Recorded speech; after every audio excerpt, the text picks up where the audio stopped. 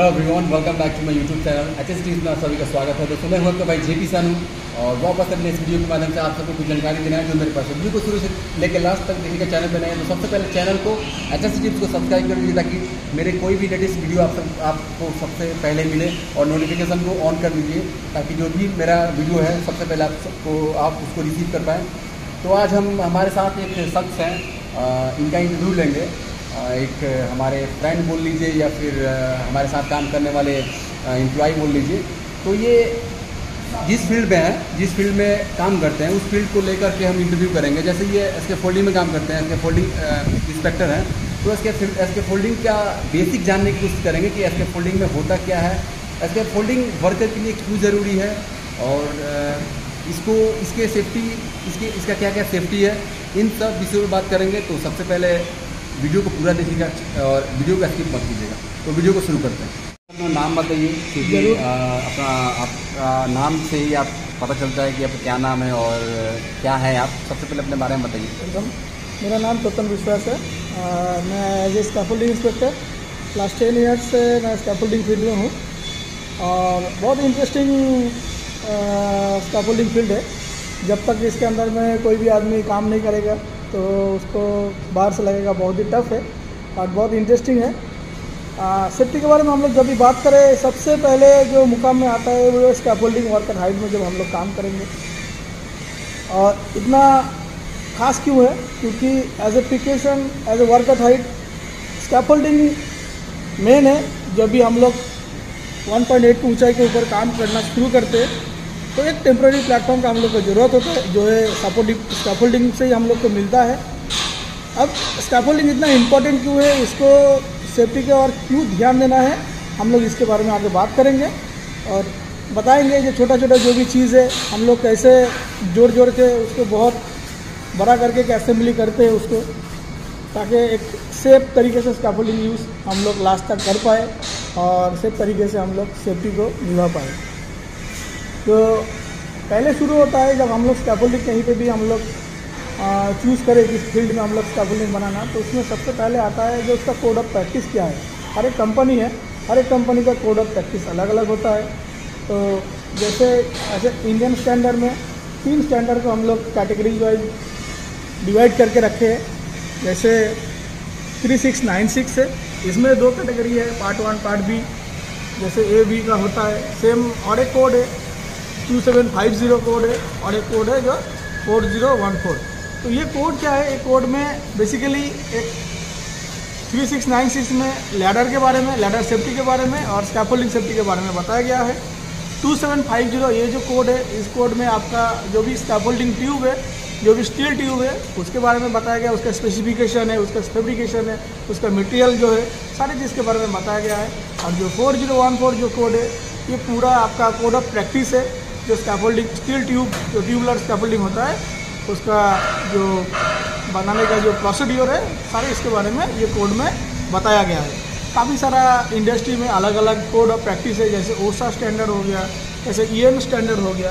ये सारा standard follow करके स्कैफोल्डिंग का काम होता है, तब जाकर एक अच्छे से स्कैफोल्डिंग स्टैंडर्ड हम लोग पूरा कर पाते हैं। तो कुछ जो ट्यूबुलर स्कैफोल्डिंग उसमें कुछ कंपोनेंट यूज़ होता है, जो कंपोनेंट के माध्यम से हम लोग स्कैफोल्डिंग को पूरा करते हैं। और एक आता है सिस्टम स्कैफोल्डिंग, उसमें भी 3-4 पार्ट है, जैसे कपलक हो गया, रिंग लॉक हो गया, एज फ्रेम हो गया। तो पहले हम लोग ट्यूब स्कैफोल्डिंग के बारे में बात, जो ट्यूबुलर स्कैफोल्डिंग होता है जो ट्यूब एंड क्लैंप से बनता है उसके बारे में बात करेंगे। उससे बात करने से पहले सबसे जानना पड़ेगा स्कैफोल्डिंग ट्यूब का कैसे सिलेक्शन करना है। जो भी हम लोग कपलर यूज़ करेंगे उसका सिलेक्शन कैसे करना है। उसके बाद हम लोग चूज़ करेंगे जो भी जो टीम से स्कैफोल्डिंग हम लोग बनाएंगे वो टीम कैसा होना चाहिए, ट्रेंड है कि नहीं, जो भी आदमी उसमें काम करे तो एक ट्रेंड पर्सन होना चाहिए। उसका अभी जो भी नया तरीका, नया जो भी इंडिया में स्टैंडर्ड हो रहा है, सब आदमी का स्कैफोल्डिंग ट्रेनिंग हो रहा है, स्कैफोल्डिंग सुपरवाइजर का ट्रेनिंग हो रहा है, स्कैफोल्डिंग इंस्पेक्टर का ट्रेनिंग हो रहा है। सेम ऐसे स्कैफोल्डिंग वर्कर भी अलग बहुत ज़्यादा जगह से ट्रेनिंग करवा रहा है, ट्रेनिंग करके इस फील्ड में आ रहा है और पढ़ा लिखा भी है। तो आदमी को क्या है, जानकारी, एक बेसिक जानकारी बहुत अच्छे से मिल जाएगा। अगर स्कैफोल्डिंग फील्ड में आना है तो सबसे पहले हम लोग को जो जगह में काम करना है उसका प्रैक्टिस जान लेना है। अभी मटेरियल चूज़ के बारे में हम लोग बताएंगे कि जो हम लोग ट्यूब स्कैफोल्डिंग का चुनते हैं तो ट्यूब 3 कैटेगरी का आता है। उसका क्लास आता है, तो class A, class A B, class C, और हम लोग जो यूज़ करते हैं ज़्यादा से ज़्यादा क्लास बी क्लास का और क्लास सी। सर यहाँ पे मैं रोकना चाहूँगा एकदम जो हम लोग यहाँ यूज़ सर मैं यहाँ आपको रोकना चाहूँगा। आप वही चीज़ें बताइए जो मतलब इंडिया में यूज़ होता है, ठीक है। कोशिश कीजिए कि उसी पे चर्चा करें, क्योंकि हमारे जो व्यूअर्स हैं और जो सब्सक्राइबर्स हैं वो अधिकतर यहीं के हैं, ठीक है। और कोशिश हमारी यह है कि पहले हम लोग स्टार्ट करें तो इनिशियल स्टेज से स्टार्ट करें, ठीक है। तो उसी के बारे में चर्चा कीजिए जो हम लोग यूज़ करते हैं, ठीक है। जो बेसिक चीज़ है इंडिया में सबसे ज़्यादा जो बेसिक यूज़ होता है वो आई स्टैंडर्ड भी है, यूरोपियन स्टैंडर्ड भी है, इंडियन स्टैंडर्ड है। अभी 2 स्कैफोल्डिंग इंडिया में, 2 टाइप का स्कैफोल्डिंग इंडिया में हर एक जगह में बनता है, हर एक इंडस्ट्री में। जैसे जो मैं पहले ही बोला जो T1 कपलर स्कैफोल्डिंग और एक सिस्टम स्कैफोल्डिंग। तो अभी हम लोग बेसिक जो है स्कैफोल्डिंग के बारे में शुरू कर रहे हैं। जो T1 स्कैफोल्डिंग है, जो कंपोनेंट उसमें यूज़ होता है तो उसमें काफ़ी टाइप ऑफ कपलर से यूज़ होता है। जो कंपोनेंट जैसे फिक्स कपलर हो गया, स्विवल कपलर हो गया, फिर आपका आ गया लैडर कपलर हो गया, लैडर क्लैम्प हो गया, बीम कपलर हो गया, बीम क्लैम्प जिसको ग्रेवलॉक बोलते हैं, गिडर बीम बोलते हैं। सेम और भी आता है जैसे आपका स्लिप कपलर जो जॉइंट बॉक्स के नाम से जाना जाता है। तो ये सारा कंपोनेंट जो मिला के हम लोग स्कैफोल्डिंग बनाते हैं। बेसिक जो भी है उसमें जो शुरू से हम लोग शुरू करते हैं, हम लोग ग्राउंड कंडीशन देखते हैं जहाँ पर हम लोग स्कैफोल्डिंग बनाएंगे। जो ग्राउंड बेस में हम लोग स्कैफोल्डिंग बनाएंगे, ग्राउंड कंडीशन कैसा है, सॉइल टेस्टिंग करेंगे उसको। सॉइल टेस्टिंग ये सिविल के डिपार्टमेंट के अंदर में आता है और सिविल डिपार्टमेंट से हम लोग को प्रोवाइड करने के बाद हम लोग उसमें स्कैफोल्डिंग इरेक्शन करते हैं। बेसिकली हम लोग सॉइल कंडीशन देख लेते हैं, जो टाइप ऑफ सॉइल कैसा है उसमें जो अब हम स्कैफोल्डिंग बनाएंगे और बराबर उसका जो प्रॉपर लोड डिस्ट्रीब्यूशन हो पाएगा कि नहीं हो पाएगा। तो उसमें क्या है, हम लोग सोल प्लेट और बेस प्लेट ये दोनों यूज़ करते हैं। जो भी प्लम्बिंग है तो स्कैफोल्डिंग जब हम लोग शुरू करें सबसे पहला जो मेंबर उसका इरेक्शन होता है वो है आपका वर्टिकल, इसका स्टैंडर्ड हम लोग बोलते हैं। देन उसके बाद आता है उसका लेज़र जो ट्रांसम, फिर बनता है उसका किकल लिफ्ट जो भी ज़मीन के ऊपर 1.5 जिसको हम लोग 150 mm बोलते हैं। उसके बाद आता है फर्स्ट आपका जो है लिफ्ट, जो लिफ्ट हाइट होता है तो आपका जो किकल लिफ्ट है, किकल लिफ्ट से आपका 1.8 मीटर ज़मीन से आपका 2 मीटर ऊपर में होता है। ये है आपका धीरे धीरे प्रोसीड्यूर को जो बनाने का तरीका है। मैं आज आपको फील्ड में बताऊँगा कैसे उसका इरेक्शन प्रोसीड्यूर है, कैसे उसको बनाया जाता है। फिर हम लोग जो लास्ट में आएंगे एंड स्टेज में कैसे उसको डिसमेंटल किया जाता है। बट इसमें और एक बात चीज़ है जो भी है रिस्पॉन्सिबिलिटी। हर एक पर्सन जो की पर्सन है जिसे इसके स्कैफोल्डिंग कराता है, तो एक तो है जो मैनेजमेंट, जो भी मटेरियल मैनेजमेंट के बारे में एक दिखता है, और एक जो है अपना टीम जो सुपरवाइज़र है, जो स्कैफोल्डिंग इंस्पेक्टर है, उसका अलग अलग आदमी का अलग अलग रिस्पॉन्सिबिलिटी होता है। तो भी एक टीम उसको लेकर के चलता है। अभी जो भी सुपरवाइज़र है पहले जहाँ पे काम शुरू करेगा तो मटेरियल चूज़ करना, कितना मटेरियल एक स्कैफोल्डिंग में लगता है उसके बारे में जानकारी देता है। जनरल टॉपिक में बात होता है, टूल बॉक्स होता है। ये हम लोग स्कैफोल्डिंग जब बनाएंगे सबसे ज़्यादा मुद्दा जो क्या क्या खतरा उसमें हो सकता है, जो भी हैज़र्ड को कैसे हम लोग कंट्रोल करें, क्या क्या पीपीस चाहिए, क्या क्या इक्विपमेंट, क्या क्या उसका हैंड टूल्स उसमें चाहिए।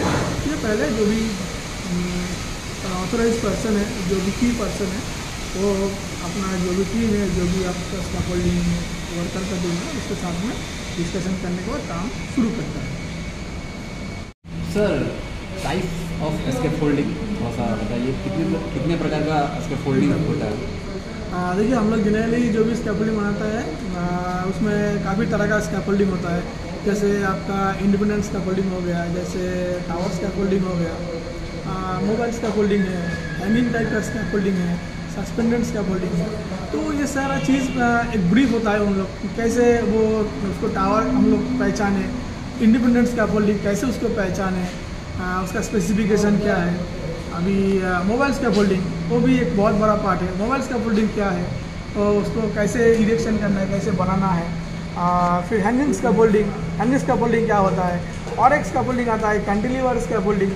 तो ये सारा चीज़ हम लोग क्या करेंगे ना, जब हम लोग नेक्स्ट सेशन में हम लोग बात करेंगे, उसका ब्रीफ में हम लोग बात करेंगे, तो इंडिविजुअल अलग अलग करके एक स्कैफोल्डिंग में पूरा गहराई से हम लोग बात करेंगे, और उसका जो इरेक्शन का प्रोसीड्योर, उसका जो सेफ तरीके का बनाने का प्रोसीड्योर हम लोग 100% कैसे हम लोग बनाएंगे, आगे बताएंगे। इतना है कि जब भी एक टावर स्कैफोल्डिंग हम लोग बनाएं, उसका एक स्पेसिफाई रेशियो होता है, जिस रेशियो के माध्यम से होता है कोई भी स्कैफोल्डिंग हम लोग बनाएं, तो जो उसका रेशियो है, जो उसका अनुपात है, उसी हिसाब से बनता है। उसका बेस रेशियो से उसका हाइट तक स्कैफोल्डिंग हम लोग लेके जाते हैं। और एक आता है जब हम लोग का पर्टिकुलर एक हाइट के जाने के बाद उसका एक डिज़ाइन होता है, जो भी ऑथोराइज पर्सन है, जो भी कॉम्पिटेंट पर्सन है, जो ड्राइंग हम लोग को प्रोवाइड करता है, जब हम लोग का रिक्वायरमेंट होता है, तब हम लोग उस ड्राइंग के ऊपर डिपेंड करके स्कैफोल्डिंग को इरेक्शन करते हैं। जब टावर स्कैफोल्डिंग हम लोग बनाते हैं, जो स्टैटिक टावर स्कैफोल्डिंग बनाते हैं, उसका जो स्पेसिफाई रेशियो होता है 1:4 रेशियो में होता है। जो स्मॉलर बेस डायमेंशन होता है, उसको ही हम लोग हाइट का रेशियो से मल्टीप्लाई करके हम लोग हाइट उसमें लेके जाते हैं। अगर आपको ऊपर लेके जाना है तो उसका बेसिकली आपको बेस, जो उसका डायमेंशन, बेस डायमेंशन आपको बड़ा करना पड़ेगा। अगर बेस डायमेंशन आपका बड़ा नहीं कर पा रहा है तो कहीं पे लॉगिंग प्रोसीड्योर होता है स्कैफोल्डिंग में, जो बहुत बड़ा एक पार्ट है, टाइप ऑफ आपका टाई। तो उस टाई के माध्यम से हम लोग स्कैफोल्डिंग का हाइट धीरे धीरे ऊपर लेके जाते हैं। हाँ, इसमें हम लोग एक चीज़ है जो उसका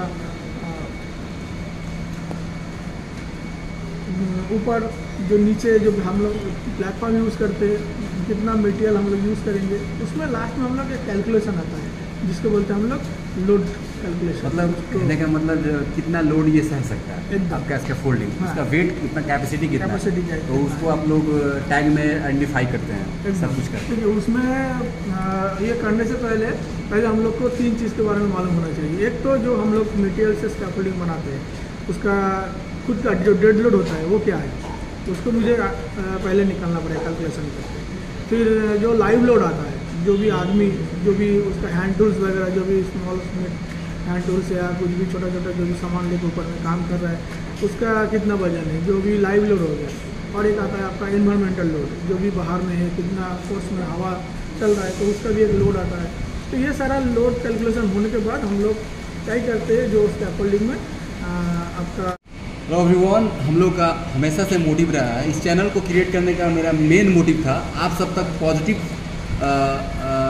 सेफ्टी रिलेटेड बातों को पहुंचाना, आप तक पहुंचाना, ताकि जो भी इंडस्ट्रियल रिलेटेड आप लोग सेफ्टी सुपरवाइजर का कोर्स कर रहे हैं, सेफ्टी ऑफिसर जो बन रहे हैं, बहुत लोग, बहुत फ्रेशर्स हैं जो जिनको पता नहीं चलता है कि क्या होना चाहिए, क्या नहीं होना चाहिए, क्या इसके फोल्डिंग में पार्ट होता है, क्या नहीं होता है। उसी को देखते हुए हम सेक्शन वाइज इस चीज़ को लेके आए हैं। और हमारे साथ जो शख्स हैं, हमारे साथ जो सर हैं, ये बहुत ही स्कैफोल्डिंग में इनका एक्सपीरियंस अच्छा खासा है, और ये स्कैफोल्डिंग इंस्पेक्टर हैं। सो बारी बारी हम सेक्शंस को लेके आएंगे। तो आप हमारे चैनल पर नए हैं तो सबसे पहले चैनल को रिक्वेस्ट है कि आप लोग चैनल को सब्सक्राइब कर लीजिए, ताकि कोई भी मेरा वीडियो आए सबसे पहले आप सबको मिले और आप उसको देख सकें। और जितना भी हो सके अपने फ्रेंड को मेरे लिंक जो है वो शेयर कीजिए, ताकि उन्हें भी पता चल सके। नेक्स्ट सेक्शन में हम लोग लाएंगे स्कैफोल्डिंग का, दिखाएंगे हम लोग प्रैक्टिकल नेक्स्ट सेक्शन में आपको दिखाएंगे प्रैक्टिकल। तो बने रहिएगा और इस वीडियो को पूरा देखिएगा, क्योंकि इस वीडियो में बहुत सारी जानकारी है आपको मिलेगी। सो वीडियो कैसा लगा, वीडियो अच्छा लगा हो तो लाइक कीजिए, शेयर कीजिए, और मेरे सारे लिंक अपने फ्रेंड को शेयर कीजिए, ताकि उन्हें भी अच्छा से रिगार्डिंग जानकारी मिले और जॉब रिगार्डिंग। सर बोलेंगे कि हम लोग जब नेक्स्ट सेशन हम लोग चालू करेंगे, तो उसमें अब ज़रूर नेक्स्ट वीडियो देखेंगे, तो उसमें हम लोग प्रैक्टिकल जो भी होता है, प्रैक्टिकल व्यू हम लोग दिखाएंगे, जो स्कैफोल्डिंग होता है, कैसे हम लोग स्कैफोल्डिंग इरेक्शन चालू करते हैं, क्या क्या होता है, क्या क्या इक्विपमेंट है, उसका मेंबर क्या क्या है। तो उसमें और भी ज़्यादा डिटेल्स आप लोग को अच्छा लगेगा। तो जो भी कॉन्सेप्ट है आप लोग को एक क्लियर कॉन्सेप्ट मिलेगा। आगे जुड़ा रहिए हम लोग के साथ में, हम लोग काफ़ी डिटेल्स में बात करेंगे, और हम लोग चाहते हैं कि डिटेल्स स्कैफोल्डिंग का जो भी सेशन है हम लोग 1, 2, 3, 4 करके कंप्लीट करें, लास्ट तक आप देखिए, जुड़ा रहिए हम लोग के साथ में। सर का यही कहने का मतलब है कि अगर आप लोग पार्ट 1 देखेंगे तभी आप लोगों को पार्ट 2 समझ आएगा। ठीक है, बिल्कुल। तो सबसे पहले पार्ट 1 पूरा देखिएगा, आई रिक्वेस्ट यू पार्ट 1 पूरा देखिएगा। और एक बार फिर बोल रहा हूँ, चैनल पे नहीं तो सबसे पहले चैनल को सब्सक्राइब करें।